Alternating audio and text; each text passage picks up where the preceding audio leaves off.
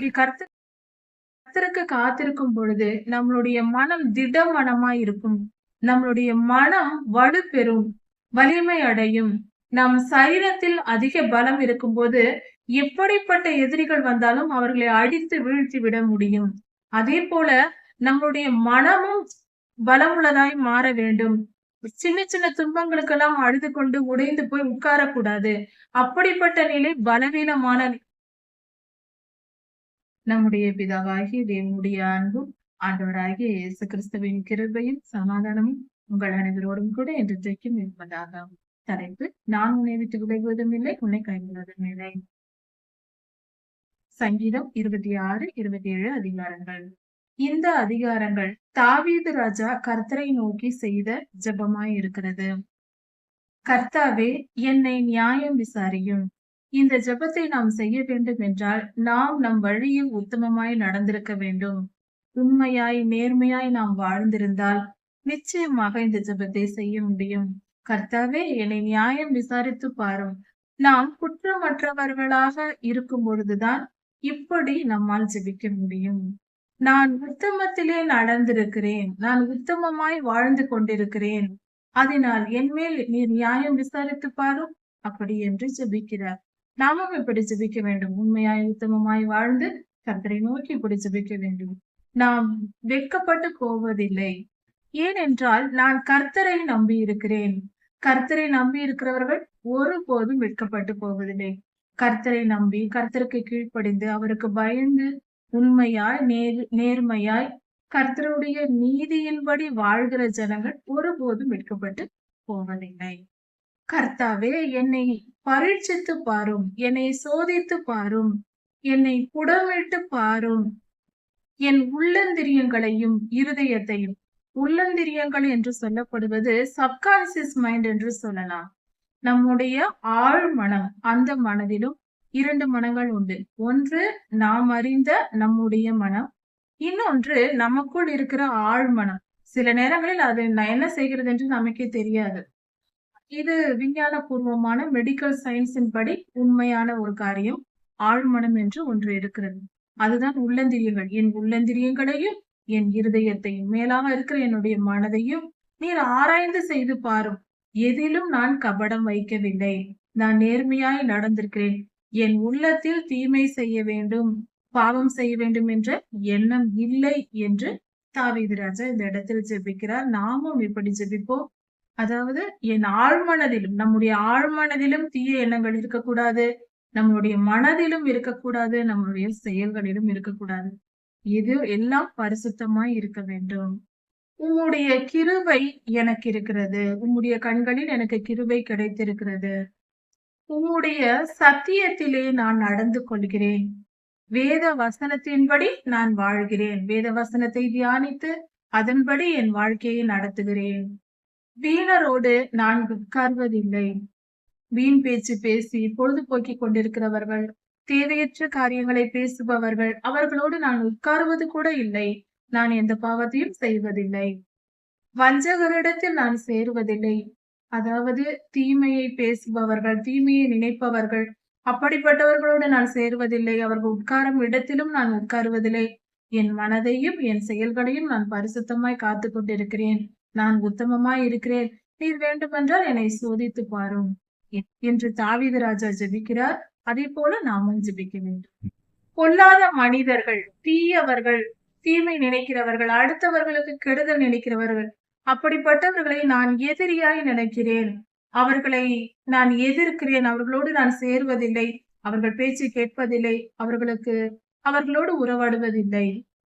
துன்மார்க்கரோடு நான் உட்காருவதும் இல்லை. துன்மார்க்கர், தீயவர்களோடு நான் பக்கத்தில் சென்று உட்கார்வது கூட கிடையாது. நான் உம்மை துதித்து உம்மை ஆராதித்து உம்முடைய அதிசயங்களை எல்லாம் சொல்லி உம்முடைய மகிமையையும் உம்மை குறித்து பேசி, அப்படியென்றால் கர்த்தருக்கு மகிமை உண்டாகும்படி நான் வாழ்கிறேன், அதையே பேசுகிறேன். பலருக்கு கர்த்தருடைய நாமத்தை, அவருடைய மகிமையை சொல்லி ஊழியம் செய்து கர்த்தரை குறித்து பேசுகிறார். நாம் பேச வேண்டும். இந்த காரியத்தை நாம் செய்ய வேண்டும். கர்த்தருக்கு ஊழியம் செய்ய வேண்டும். குற்றம் இல்லாமையிலே என் கைகளை கழுவுகிறேன். எந்த தவறும் செய்யாமல் என் கைகளை நான் சுத்தமாக வைத்திருக்கிறேன். என் இருதயத்தை பரிசுத்தமாய் காத்துக்கொண்டு உம்முடைய பலிபீடத்தை சுற்றி வருகிறேன். உம்முடைய பீடத்தை சுற்றி வருகிறேன் என்றால் கர்த்தருடைய ஆலயத்திற்கு செல்வதும், கர்த்தருக்கு ஊழியம் செய்வதும், அவரை குறித்து பேசுவதும், அவரை குறித்து பேசுவதை கேட்பதிலும் நாம் ஆசையாக, வாஞ்சையாக இருக்க வேண்டும். அதில் மனதை நாம் செலுத்த வேண்டும். என்னுடைய ஆத்துமாவை பாவிகளோடும், இரத்த பிரியர்களோடும் வாரிக்கொள்ளாதேயும். அதாவது கர்த்தர் நியாய தீர்ப்பை பூமிக்கு அனுப்புவார். மனிதர்கள் பாவம் செய்து அக்கிரமமாய் நடந்து வாழ்ந்தால் அவர்களுடைய அக்கிரமங்கள் பெருகும் பொழுது, முழுமை அடையும் போது கர்த்தர் அவர்களை அழிப்பார். அப்படி அழிக்கும் போது ஒரு 100 பேர் இருக்கிற தீயவர்கள் இருக்கிற இடத்தில் நல்லவர் கர்த்தருடைய பிள்ளை ஒருவர் இருக்கிறார்கள் என்றால் ஒட்டுமொத்தமாக எல்லோரும் தான் அழிந்து போவார்கள். ஒரு இயற்கை சீற்றங்கள் வரும் பொழுது, சுனாமி போன்றவை ஏற்படும் போது, பூகம்பம் வரும்போது, இப்படிப்பட்ட காரியங்கள் நடக்கும் போது, ஒரு கொள்ளை நோய் வரும்போது எல்லோரும் தான் பாதிக்கப்படுவார்கள், இறந்து போவார்கள். அப்படிப்பட்ட மரணம் எனக்கு வராமல் காத்துக்கொள்ளும் சுவாமி. இரத்த பிரியர்கள், பாவம் செய்கிறவர்கள், பாவிகள், துன்மார்க்கர்கள் அழிக்கப்படும் பொழுது அவர்களோடு சேர்ந்து நானும் அழிந்து போகக்கூடாது. நான் நரகத்துக்கு போய்விடக் கூடாது. என் ஆத்துமா அழிக்கப்பட்டு விடக்கூடாது. நான் உங்களிடத்தில் வர வேண்டும் சாமி, என்னை காத்துக்கொள்ளும் என்று நாம் ஜெபிக்கிறேன். அவர்கள் கையில், அந்த பொல்லாத மனிதர்களின் கையில் தீவினை இருக்கிறது. அவர்கள் தீமை செய்து பழகியவர்கள், மற்றவர்களுக்கு கெடுதல் செய்ய பழகினவர்கள். அவர்கள் இறக்கும் போது, அவர்களை நீர் அழிக்கும் போது என்னையும் சேர்த்து அழித்து விடாதேயும். அவர்கள் லஞ்சம் வாங்குபவர்கள், தீமை செய்வதற்காக பணத்தை வாங்கி கொண்டு தீமை செய்வார்கள், நன்மை செய்யாமல். நல்லவர்களுக்கு கெடுதலை செய்கிறவர்கள், அப்படிப்பட்டவர்களை நீர் அழிக்கும் போது என்னையும் அழித்து விடாதேயும். நானோ உத்தமத்தில் நடப்பேன். நான் நீதியாய், உண்மையாய், வசனத்தின்படி நான் நடந்து கொள்வேன். நான் தவறு செய்ய மாட்டேன், பாவம் செய்ய மாட்டேன், அடுத்தவர்களுக்கு கெடுதல் செய்ய மாட்டேன். என் மேல் இரக்கமாயிரும், என்னை மீட்டு கொள்ளும். எல்லா தீயவர்களையும் அழிக்கும் போது என்னையும் அழித்து போடாமல் என்னை காப்பாற்றும். என் கால் நல்ல இடங்களில் இருக்கிறது. என் காலை நான் தீமை செய்யும் இடங்களில் நான் போவதில்லை, அவர்களோடு சேர்வதில்லை. நல்லவர்களோடு நிற்கிறேன். திருச்சபையில் கர்த்தருக்கு ஆராதிக்கிறேன். என்னை நீர் காப்பாற்றும். என் மேல் இரக்கமாயிரும். நாமும் இந்த ஜெபத்தை ஏறெடுப்போம். ஆமென். சங்கீதம் 27. கர்த்தர் என் வெளிச்சமும் என் ரட்சிப்பும் என் பெலனும் ஆனவர். அவர் என் வாழ்க்கையின் வெளிச்சமானவர். கர்த்தரே என் வெளிச்சம், என் வாழ்க்கைக்கு வெளிச்சம். அவருடைய வழிகளில் நான் நடக்கிறேன். அவர் என் ரட்சிப்பு. கர்த்தர் தான் என் ரட்சிப்பு. அப்படி என்றால் கர்த்தர் என் பாதுகாப்பாய் இருக்கிறார். கர்த்தர் என் பெலனாய் இருக்கிறார். என் பெலனும் அவர்தான். என் வாழ்க்கையின் வெளிச்சம் அவர்தான். என் பாதுகாப்பு அவர்தான். என்னுடைய பெலனும் அவர்தான். அப்படி இருக்க நான் யாருக்கு பயப்படுவேன்? யாரை பார்த்து நான் பயப்பட போகிறேன்? ஒருவருக்கும் நான் பயப்பட மாட்டேன். யார் வந்தாலும் சரி, எத்தனை பேர் வந்தாலும் சரி, எவ்வளவு எதிரிகள் பெருகினாலும் சரி, நான் யாருக்கும் பயப்பட மாட்டேன். கர்த்தரின் பெலனா இருக்கிறார். நான் யாருக்கு பயப்படுவேன்? என் மாம்சத்தை பட்சிக்க, என்னை கொன்று போட என் சத்துருக்கள் வேகமாக வந்தார்கள். அவர்கள் என்னை கொன்று போட முயற்சி பண்ணினார்கள். என்னை நெருங்கினார்கள். அவர்கள் மிகவும் பொல்லாதவர்கள். கெட்ட எண்ணங்களோடு என்னை அழித்து போட, என் மாம்சத்தை பட்சித்து போட, என்னை கொன்று போட வந்தார்கள். ஆனால் அவர்கள் வந்தபோது, என்னை நெருங்கும் போது அவர்களே இடறி விழுந்தார்கள். அவர்களால் என்னை ஒன்றும் செய்ய முடியவில்லை. கர்த்தரின் பாதுகாப்பாய் இருக்கிறார். நான் யாருக்கு பயப்படுவேன்? எவ்வளவு அருமையான ஜெபமாய் இருக்கிறது. கர்த்தரை நோக்கி நாமும் இப்படியே ஜெபிக்க வேண்டும். எனக்கு விரோதமாக ஒரு பாளையமே இறங்கினாலும் நான் பயப்பட மாட்டேன். என்னை சூழ்ந்து நூற்றுக்கணக்கான மனிதர்கள், பாளையம் என்றால் நூற்றுக்கணக்கான பேர், ஆயிரக்கணக்கான பேர் இருப்பார்கள். எவ்வளவு பேர் எழும்பி வந்தாலும் நான் பயப்பட மாட்டேன். எத்தனை பேர் வந்தாலும் வரட்டும், எனக்கு பயம் இல்லை. என் மேல் யுத்தம் வந்தாலும், என் மேல் யுத்தமே வந்தாலும் நான் கர்த்தரிடத்தில் நம்பிக்கையாய் இருப்பேன்.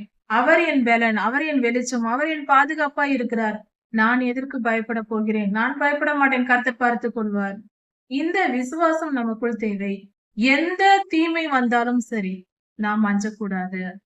கர்த்தரிடத்தில் நான் ஒன்றை கேட்பேன், அதையே நாடுவேன். அது என்னவென்றால், எப்பொழுதும் கர்த்தருடைய ஆலயத்தில் இருக்க வேண்டும். கர்த்தரையே தியானித்துக் கொண்டிருக்க வேண்டும். அவருடைய சந்நிதியிலேயே வாழ வேண்டும். இப்படிப்பட்ட ஒரு பாக்கியத்தை நான் கர்த்தரிடத்தில் கேட்பேன். அதுவே எனக்கு பிடித்த காரியம். எனக்கு சந்தோஷமான காரியம். அப்படி என்றால் இதன் பொருள், எப்பொழுதும் கர்த்தரை நோக்கி ஜெபிப்பதும், எப்பொழுதும் வேதத்தை தியானிப்பதும், இதுவே நம்முடைய வாழ்க்கையின் பிரியமாய் இருக்க வேண்டும். நம் மனம் எப்பொழுதும் வேத வசனத்தை படிக்க ஆர்வமாய் இருக்க வேண்டும். எப்பொழுதெல்லாம் அதிகமாய் ஜெபிக்கலாம், எப்பொழுதெல்லாம் கர்த்தரை ஆராதிக்கலாம், துதித்து பாடலாம், எப்பொழுது நாம் சபைக்கு செல்லலாம், கர்த்தரை ஆராதிக்கலாம் என்று உற்சாகமாய் நாம் இருக்க வேண்டும்.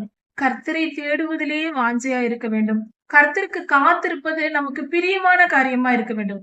மனதால் ஆசைப்பட்டு வெறித்தனமாக அதுவே நமக்கு பைத்தியமாக நாம் செய்ய வேண்டிய விஷயம். ஏனென்றால் அவர் அவ்வளவு அன்பு கூறுவார். அவருடைய அன்பில், கர்த்தருடைய அன்பில் நாம் பைத்தியமாய் இருக்க வேண்டும். மயங்கி திரிய வேண்டும். அவர் அன்பில் மயங்கி திரிவதே நாம் செய்த பாக்கியம். அதையேதான் இங்கு தாவீதையா இப்படி சொல்லியிருக்கிறார். தீங்கு நாளில், தீமை இந்த உலகத்திற்கு வரும் நாளில், என் வாழ்க்கையில் தீங்கு வரும் பொழுது எப்படி இருந்தாலும் அப்பொழுது அவர் தம்முடைய கூடார மறைவில் என்னை ஒளித்து வைத்து என்னை பாதுகாக்கிறார். கர்த்தர் நம்மை பாதுகாக்கிறார். கூடார மறைவில் ஒளித்து வைத்துக் கொள்ளுகிறார். அவருடைய பாதுகாப்பு அப்படிப்பட்டது. அவர் பாதுகாத்து தீங்கு நாளுக்கு, தீமைக்கு நம்மை விலக்கி காத்துக் கொள்கிறார். உலகம் முழுவதும் கொரோனா வரும்போது நம்மில் சிலரை கர்த்தர் பாதுகாத்து, பலரை பாதுகாத்து, வீடுகளில் வைத்து நம்மை பாதுகாத்து மீட்டுக் கொண்டார். தீமை வரும்பொழுது நம்மை மறைத்து வைத்து, பின்பு அந்த தீமையின் காலம் முடிந்த பின்பு, தீங்கு நாள் முடிந்த பின்பு கன்மலையின் மேல் நம்மை உயர்த்துவார். இது ஒவ்வொரு தனிப்பட்ட உண்மையான கர்த்தருடைய ஊழியர்களின் வாழ்க்கையிலும் இது நடக்கிறது. இது உலகம் முழுவதற்கும் ராப்சர் எடுத்துக்கொள்ளப்படும் காலத்திலும் இது நடக்கும். அதாவது கர்த்தர் எடுத்துக்கொள்ளப்படுதலில் ஜனங்களை எடுத்து வைத்துக் கொண்டு பின்பு 2ஆம் வருகையில் அவர் வருவார். அந்த எடுத்துக்கொள்ளப்படுதல் நடந்த பின்பு இந்த பூமியில் அந்த சமயத்தில் ஜனங்கள் கர்த்தரோடு இருக்கும் பொழுது, எடுத்துக்கொள்ளப்பட்டவர்கள் கர்த்தரோடு இருக்கும்போது இந்த பூமியில் உபத்திரவ காலம் இருக்கும், தீங்கு காலம் இருக்கும். இங்கு தீங்கு நடக்கும் போது அவர் தம்முடைய எடுத்துக்கொள்ளப்படுதலில் பிள்ளைகளை, தேவ பிள்ளைகளை அவர் பரிசுத்தமாய் கூடாரம் அறையில் வைத்து பாதுகாத்துக் கொள்கிறார். இது எடுத்துக்கொள்ளப்படுதலையும் குறிக்கிறது. தனிப்பட்ட ஒவ்வொருவர் ஊழியர்களின் வாழ்க்கையிலும் சைலண்ட் இயர் என்று உண்டு. அந்த காலத்தில் அப்படிப்பட்ட ஒரு தீங்கு நாள் அந்த வாழ்க்கையின் ஒரு பல வருடங்கள் ஒவ்வொரு ஊழியர்களின் வாழ்க்கையிலும் வரும். அந்த சமயத்தில் கர்த்தர் அவர்களை தனிமைப்படுத்தி விடுவார். உலகத்தோடு ஒட்டாமல் தனிமைப்படுத்தி வைத்திருந்து, வீட்டிலேயோ வெளியிலேயோ வனாந்திரத்திலோ யோவான் ஸ்நானகனையாவை போல சிலரை வீட்டிற்குள்ளேயே தனிமைப்படுத்தி, ஒரு வியாதியோ ஏதாவது ஒரு பிரச்சனையினால் அவர்கள் வீட்டிலேயே வெளியில் வராமல் இருக்கக்கூடிய நிலை ஏற்படும். அப்படி அவர்கள் பல வருடங்கள் தனிமைப்படுத்தப்பட்டு அவர்களை பாதுகாத்துக் கொள்வார் கர்த்தர். அந்த சமயத்தில், அந்த நேரத்தில் அவர்களை மறுரூபப்படுத்தி, இப்படிப்பட்ட காலம் இந்த சைலண்ட் இயர் என்பது வேதத்தை பார்த்தால் பலருடைய வாழ்க்கையில் நடைபெற்றிருக்கிறது. யோபையா உபத்திரவப்பட்டார், அவர் தனிமைப்படுத்தப்பட்டார், எல்லாராலும் வெறுக்கப்பட்ட காலம் வந்தது. அதே போல மோசே ஐயா 40 வருடம் தன்னுடைய ஜனத்தாரிடத்திலிருந்து, எகிப்திலிருந்து பிரிக்கப்பட்டு அவர் தனிமைப்படுத்தப்பட்டார். அதன் பின்பு ஊழியத்தை கொடுத்தார் கர்த்தர். இதே போல நமது ஆண்டவராகிய இயேசு கிறிஸ்துவும் 30 வருடங்களுக்கு பின்பு வெளியில் வந்தார். அதுவரைக்கும் அவருக்குள்ளும், அதாவது 12 வயது முதல் 30 வயது வரைக்கும் கர்த்தர் என்ன செய்தார், எங்கிருந்தார் என்று சொல்லப்படவில்லை. அந்த காலம் அவரை மறுரூபப்படுத்துவதாக இருந்தது. இப்படி அவருடைய வாழ்க்கையை பார்க்கும் போது நடந்தது. யோசேப்பு ஐயாவின் காலத்தில் மிக தெளிவாக அது புரியும். அவருடைய வாழ்க்கையில் அவர் 13 வருடங்கள், 12 வருடங்கள் அவர் தனிமைப்படுத்தப்பட்டார்.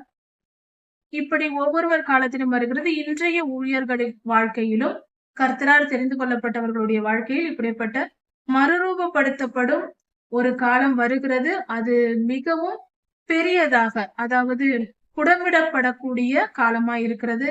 அந்த ஊழியர்கள் அந்த நேரத்தில் கஷ்டப்படுவார்கள். ஆனால் அதற்கு பின்பாக கர்த்தர் அவர்களை உயர்த்துவார், கன்மலையின் மேல் உயர்த்துவார் என்று இந்த வசனம் சொல்லப்படுகிறது. அதே போல நடந்து கொண்டும் இருக்கிறது. இன்றைய வாழ்க்கையிலும் இது நடந்து கொண்டிருக்கிறது. இப்பொழுது கர்த்தாவே, என் சத்துருக்களுக்கு மேலாக என் தலையை நீர் உயர்த்துவீர். என் எதிரிகளுக்கு முன்பாக என் தலையை நீர் உயர்த்துவீர் கர்த்தாவே. அப்பொழுது நான் உம்முடைய சன்னதியில் வந்து என்னை நீர் உயர்த்தும் போது என் வாழ்க்கையில் வெற்றிகளை தந்து என் எதிரிகள் வெட்கப்படும்படியாக அவர்கள் தலைகுனிந்து போகும்படியாக செய்து என்னை உயர்த்தி என்னை நல்ல வாழ்க்கை எனக்கு தந்து நீர் வைக்கும் பொழுது நான் உம்முடைய சன்னதியில் வந்து உம்மை ஆராதித்து துதித்து பாடி மகிழ்ந்திருப்பேன்.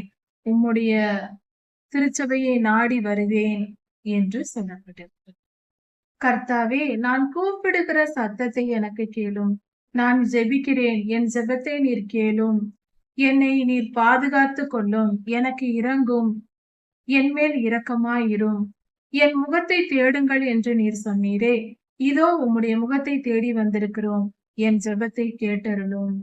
உமது முகத்தை எனக்கு மறைக்காமல் இருக்கும். கர்த்தாவே, என் மேல் இரக்கமாயிரும். இயேசுப்பா, என் மேல் இரக்கமாயிருந்து உம்முடைய திருமுகத்தை எங்களுக்கு மறைக்காதேயும். எங்கள் ஜெபத்தை கேளும். எங்கள் மேல் கோபமாயிராதேயும்.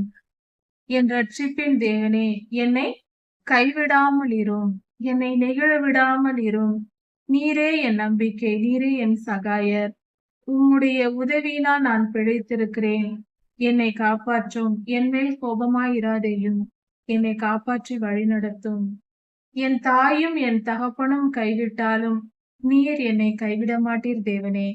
கர்த்தர் தம்முடைய முகத்தை தேடுங்கள் என்று சொன்னார்.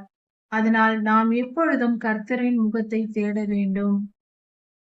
அதுபோல கர்த்தர் நம்மேல் கோபமாய் இருந்தால் நாம் மிகவும் கஷ்டப்படுவோம்.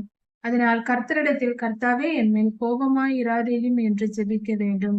என் மேல் கோபமாய் இராதேயும். என்னை நீர் பாதுகாத்துக் கொள்ளும். எனக்கு உதவி செய்யும். உம்முடைய முகத்தை எனக்கு மறைக்காமல் இரும் என்று நாம் ஜெபிக்க வேண்டும். என்னை கைவிடாமல் இரும். எப்பொழுதும் என்னை உம்மை விட்டு தள்ளி விடாமல் இரும் என்று ஜெபிக்க வேண்டும். அடுத்ததாக, என் தாயும் என் தகப்பனும் என் பெற்றோர்கள் என்னை கைவிட்டாலும் நீர் என்னை கைவிட மாட்டீர். கர்த்தர் நம்மை கைவிடாத தேவனாய் இருக்கிறார். நம் பெற்றோர்களே நம்மை கைவிட்டாலும் கூட கர்த்தர் ஒருபோதும் நம்மை கைவிட மாட்டார். கர்த்தாவே, உமது வழிகள், கர்த்தருடைய வழிகளை நாம் கேட்டு தெரிந்து கொள்ள வேண்டும். கர்த்தருடைய வழிகளை தெரிந்து கொண்டு நம் எதிராளிகளை நாம் ஜெயிக்க முடியும். நம் வாழ்க்கையில் நம் சத்துருக்களை எதிர்ப்பதற்கு, அவர்களை வெற்றி பெறுவதற்கு கர்த்தருடைய வழிகளை நாம் கேட்டு தெரிந்து கொண்டு அதன்படி நடக்க வேண்டும். அப்பொழுது நம் பிரச்சனைகளை நாம் வெற்றி பெற்று மேற்கொண்டு நம்மால் வெற்றி பெற முடியும். கர்த்தருடைய உதவி கிடைக்கும் போது எல்லா பிரச்சனைகளுக்கும் முடிவு கிடைக்கும். கர்த்தருடைய வழிகளை நாம் கேட்டு தெரிந்து கொள்ள வேண்டும். வேதத்தை வாசிக்க வேண்டும், ஜெபிக்க வேண்டும். அப்பொழுது கர்த்தர் நமக்கு அந்த காரியங்களை, நம் பிரச்சனைகளிலிருந்து வெளியே வருவதற்கான அந்த வழிகளை நமக்கு சொல்லிக் கொடுப்பார். அதன்படி நாம் நடக்க வேண்டும். நம் எதிரிகளின் விருப்பம் நிறைவேறிவிடக் கூடாது. நம்மை பற்றி அவர்கள் நினைக்கிற நினைவுகள் நிறைவேறக்கூடாது. அதற்கு கர்த்தரிடத்தில் நாம் உதவியை பெற்றுக்கொள்ள வேண்டும், ஜெபிக்க வேண்டும். வேத வசனத்தை ஆராய்ந்து நாம் எப்படி அவர்களிடமிருந்து தப்பித்துக் கொள்ளலாம், தீமை செய்கிறவர்களிடத்திலிருந்து நாம் நம்மை குறித்து பொல்லாத பேச்சை பேசுகிறவர்களிடத்திலிருந்து எப்படி தப்பித்துக் கொள்ளலாம் என்கிற வழி வேதத்தில் இருக்கிறது. அதை நாம் தெரிந்து கொண்டு அதன்படி நடக்க வேண்டும். பொய் சாட்சி சொல்லுபவர்கள், அதாவது நாம் ஒரு தவறும் செய்யாதிருக்கும் பொழுது பொய் சாட்சி சொல்லி நம்மேல் தீமையை நம்மை கஷ்டப்படுத்துவார்கள். அல்லது நமக்கு விரோதமாக காரணமே இல்லாமல் சீறுவார்கள். பாம்பு சீர்வது போல. அதாவது வலுத்தர்ப்பத்தின் ஆவி உள்ளவர்கள் இப்படிப்பட்ட காரியங்களை செய்வார்கள்.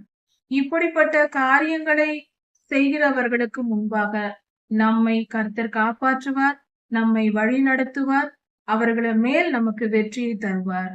கர்த்தாவே, அவர்கள் எவ்வளவு செய்தாலும் என்னுடைய நம்பிக்கை, நாம் எப்படி நம்ப வேண்டும் என்றால், கர்த்தருடைய ராஜ்யத்தில், அவர் பரலோக ராஜ்யத்தில் சென்று அங்கு நான் சுகமாய் இருப்பேன் என்று விசுவாசமாய் இருக்க வேண்டும்.